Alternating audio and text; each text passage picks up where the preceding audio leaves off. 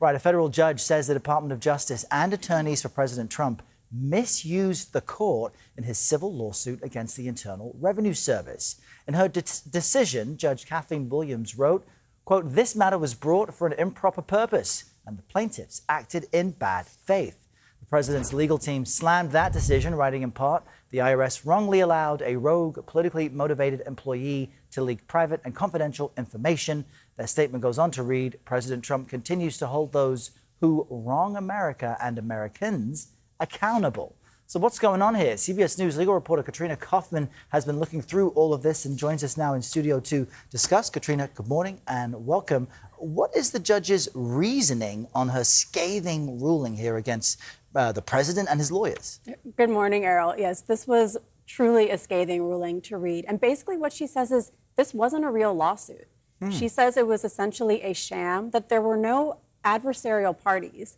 In a lawsuit, you want two sides with actual opposing views. And she outlines how basically President Trump was just in control of every party involved in this case. So she says there was no actual adversarial process here, and that really this was just brought to essentially get an official legal stamp from the court to make it seem like this had been legitimate and that this settlement was gotten in a way that was actually approved by our judicial system. She says none of that's true.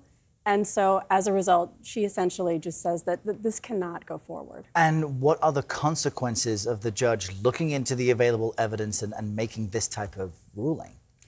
I mean, the administration has said that they're not moving forward with the settlement, so it's unclear whether it actually voids anything. But she says that President Trump, his sons, they can't actually refer to this settlement if they're audited later. And most immediately, Errol, there are potential consequences for attorneys here. She refers President Trump's attorney for possible disciplinary action. There's another one of his attorneys who was involved. She says he can't try to work in Florida for the next year.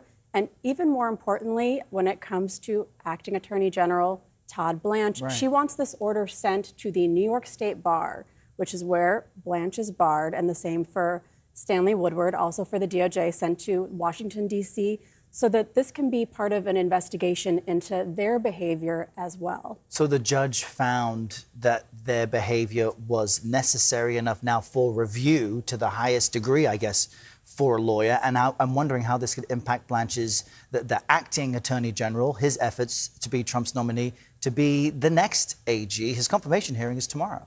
Yes, and even in this decision, she says Blanche essentially felt like he could speak for both parties, and that is indicative of what was going on in this case, that there weren't really two sides being represented here. And yes, tomorrow he has his confirmation hearing. It is not a good look 2 days before for an order like this to be sent to the New York Bar Association by a judge, and for the way that he is handling himself in court, the way he's handling DOJ, to be so scathingly questioned and rebuked by this judge. Just remarkable developments. Katrina Kaufman, thanks for walking us through all of it. Thank you.